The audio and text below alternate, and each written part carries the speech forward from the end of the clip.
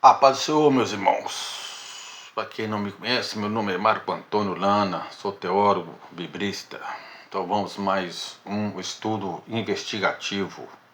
Judas, predestinação e responsabilidade humana. Mateus 26, verso 24. Em verdade, o Filho do Homem vai como acerca dele. Está escrito, mas ai daquele homem por quem o Filho do Homem é traído. Bom seria para esse homem se não houvera nascido. Objetivo do estudo: analisar biblicamente se Judas Iscariotes nasceu predestinado a trair Jesus ou se sua traição foi resultado de escolhas pessoais, à luz da soberania de Deus e da responsabilidade humana. Contexto do texto. Jesus está na última ceia, consciente de que sua morte é iminente. Ele afirma duas verdades simultâneas. O plano redentor de Deus é certo, como acerca dele está escrito. O traidor é moralmente responsável. Ai daquele homem! Esse versículo une profecia cumprida e culpa humana real. Análise investigativa do texto. O Filho do Homem vai como acerca dele está escrito. Refere-se às profecias messiânicas em Isaías 53, o Salmo 22 e Daniel 9, 26. O sofrimento do Messias fazia parte do plano eterno de redenção. O foco está no evento, não na imposição do pecado a alguém. Mas ai daquele homem por quem o Filho do Homem é traído. A expressão ai indica juízo, lamento e culpa. Nunca é usada na Bíblia para alguém que age sem escolha. Judas é responsabilizado porque agiu voluntariamente. Bom seria para esse homem se não houvera nascido. Linguagem hebraica do juízo severo, conforme Jó 3, Eclesiastes 4, 2, 3. Não implica que Judas nasceu condenado, mas que o fim de sua escolha foi trágico. Judas, predestinado ou conhecido. Presciência divina. Aquele que me traiu levantou contra mim o seu calcanhar. Salmo 41, 9. Deus conhecia antecipadamente a decisão de Judas, mas conhecimento não é causação. Responsabilidade humana. Judas ouviu Jesus por cerca de 3 anos, né, meus irmãos? Durante 3 anos ali, Judas caminhou com Jesus, então conhecia Jesus, recebeu advertências diretas, agiu por ganância, abriu espaço para Satanás. Abriu espaço para Satanás está em Lucas 22, 3. Agiu por ganância, João 12, 6. Recebeu advertências diretas, Mateus 26, 21 ao 25. Então Judas conhecia bem Jesus, seus milagres, suas palavras, mas mesmo assim Judas traiu Jesus. Existia a possibilidade de Jesus não ser traído? Do ponto de vista do plano de Deus, não. Não existia a possibilidade de Jesus não ser traído. Então Jesus tinha que ser traído. Aí a questão da predestinação aí. Será que Judas foi predestinado? Ele nasceu para pecar? Nasceu para trair Jesus? Então, do ponto de vista do plano de Deus, não. A Escritura não pode falhar. João 10:35. Então, a Escritura não pode falhar. Então, alguém tinha que trair Jesus. Era Judas. A cruz era inevitável. Então, sem a cruz, né, meus irmãos, a gente não é salvo. Nós somos salvos pela cruz. Deus mandou seu único filho para morrer na cruz para nos salvar. Então, nós somos salvos pela graça, através da fé. Então, ali, a cruz ali era inevitável. A traição de Judas era inevitável. Isso é do ponto de vista do plano de Deus. Do ponto de vista humano agora. Existia a possibilidade de Jesus não ser traído? Sim, Judas poderia ter se arrependido. Se Judas não traísse, Deus levantaria outro meio? Porque se de toda te calares, agora de outra parte se levantará socorro. O quadro comparativo, Calvinismo versus Bíblia textual. Tema, eleição. Calvinismo, incondicional e individual. Então a eleição ele é incondicional e é individual. Bíblia textual, em Cristo, com o convite universal.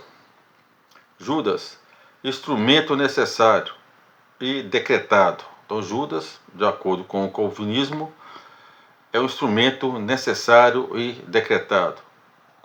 A Bíblia textual, agente responsável por sua escolha. Presciência, calvinismo, conhecer, determinar. Bíblia textual, conhecer, versus forçar. Então, presença é conhecer, é igual a determinar, no calvinismo. E a Bíblia textual, conhecer é diferente que forçar. Livre-arbítrio, compatibilidade, limitado. Calvinismo, compatibilista, limitado. Responsabilidade real, Bíblia textual, responsabilidade real. Juízo, decreto eterno. Bíblia textual, resultado da rejeição. Texto-chave do calvinismo está em Romanos 9. Então, lá lê Romanos 9. Bíblia textual, Atos, capítulo 2, verso 23. Ezequiel, capítulo 12, 18. Capítulo 18, verso 23. E 1 Timóteo, capítulo 2, verso 4.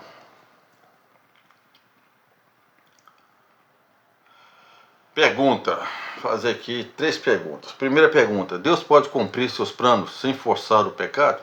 Sim, biblicamente sem nenhuma contradição. A Escritura afirma 2 verdades simultâneas, Deus é soberano. Então, isso aí, Deus é soberano. O conselho do Senhor permanece para sempre. Salmo 33, verso 11. Deus não é autor do pecado, né? Nós sabemos que Deus não criou o pecado. Deus não pode ser tentado pelo mal. E a ninguém tenta. Tiago, capítulo 1, verso 13. Então, a conclusão aqui da primeira pergunta. Deus governa os acontecimentos sem produzir o mal no coração humano. Judas teve oportunidades reais de arrependimento? O que vocês acham? Sim, muitas e conscientes. A Bíblia mostra Judas não como uma vítima do destino, mas como alguém advertido repetidamente. Exemplo claros: conviveu com Jesus, ouviu ensinos sobre amor, perdão e arrependimento. Foi advertido publicamente: um de vós me trairá, Mateus 26, 21. Recebeu advertência pessoal: tu o dissestes, Mateus 26, 25. Teve espaço antes do ato. A traição não foi impulsiva, mas deliberada. sentiu remorso depois, remorso, não arrependimento. Há uma diferença muito grande entre remorso e arrependimento. Ele sentiu remorso, e não arrependimento. Pedro, ele sentiu arrependimento de ter traído Jesus. Pedro, por 3 vezes, ele traiu Jesus. Então ele se arrependeu. Mas Judas não. Judas sentiu remorso, é diferente. Então Judas, o que traíra, arrependendo-se, devolveu as moedas. Mateus 27, 3. O termo usado aqui, metameletes, indica remorso, não arrependimento salvador. Metanoia. Ele poderia ter buscado perdão, como Pedro fez, mas escolheu o desespero. Nenhum deles se perdeu, senão o filho da perdição. João 17:12. Quem é o filho da perdição? Judas. Judas é o filho da perdição. Jesus não disse: aquele que criei para se perder, mas aquele que se perdeu.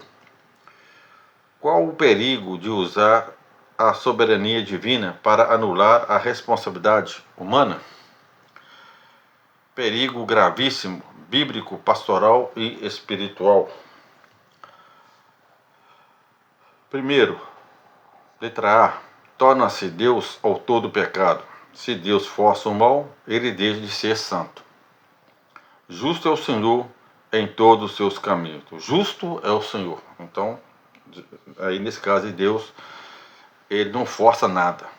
Justo é o Senhor em todos os seus caminhos. Salmo 145, 17. Destrói o chamado ao arrependimento. Destrói o chamado ao arrependimento.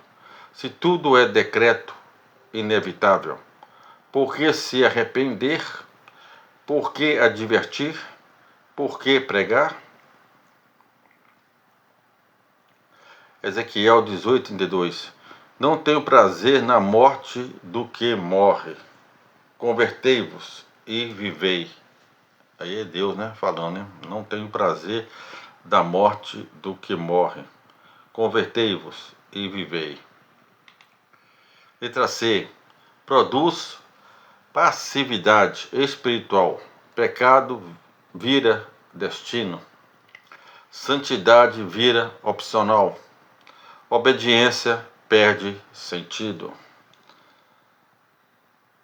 Letra D. Cria falsa segurança ou desespero. Uns pensam: sou eleito, posso viver como quiser. E aí? Eu sou eleito, eu posso viver como quiser? Não é bem assim não, né, meu irmão?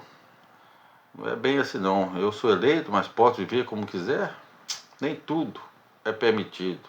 Tudo posso, mas nem tudo é permitido. Outros, não adianta tentar, já estou perdido. Então, aí uma contradição, né? Porque se eu sou eleito para ser salvo, então eu posso fazer o que eu quiser que eu estou salvo. Não é isso? Não é bem assim. Então não é bem assim. Então nós que somos eleitos, que o Espírito Santo está em nós, o Espírito Santo age em nós. Então nós não podemos fazer muita coisa errada não. Podemos fazer coisas erradas não. Porque o Espírito Santo aí chama atenção. Então, quer dizer, não adianta tentar, já estou perdido. Então, quer dizer, aí muitas vezes a pessoa que vive aí no pecado aí, acha que ele não está salvo, já está perdido mesmo, então ele continua aí no mundão, né? Então aí há uma contradição aí, entre aí. Contraria o ensino direto de Jesus? Se não vos arrependerdes, todos perecereis. Lucas 13:3. Se não vos arrependerdes, então nós temos de arrepender.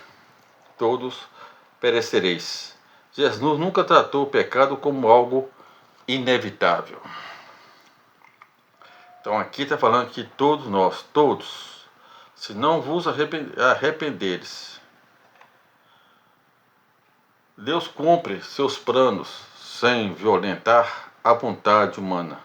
Judas teve chances reais de arrependimento. Soberania não anula responsabilidade.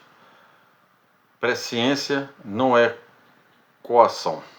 O juízo é justo, porque a escolha é real. Deus reina sobre tudo, mas o homem responde pelos seus atos. Então, nesse caso, Judas não foi predestinado a cometer esse pecado, que é trair Jesus. Ele foi responsável pelos seus atos. Ele é responsável pelos seus atos.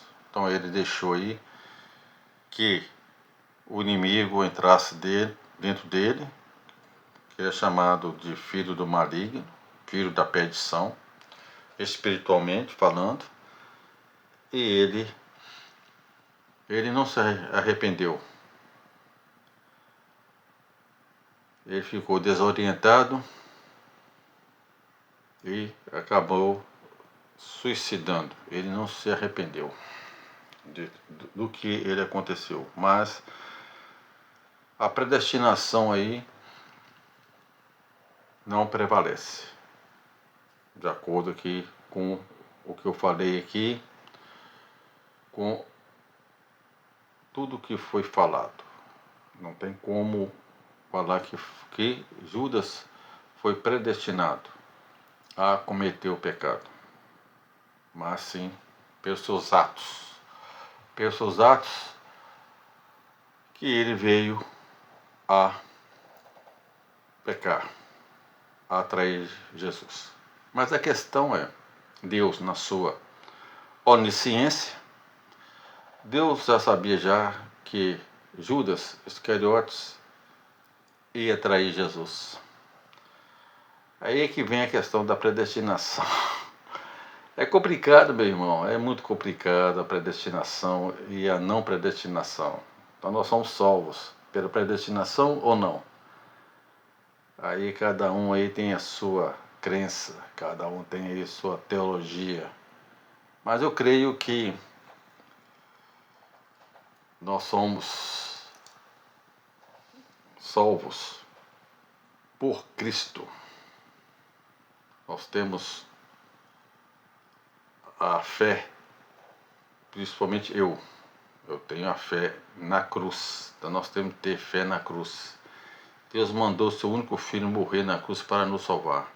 Ele que pagou todos os nossos pecados.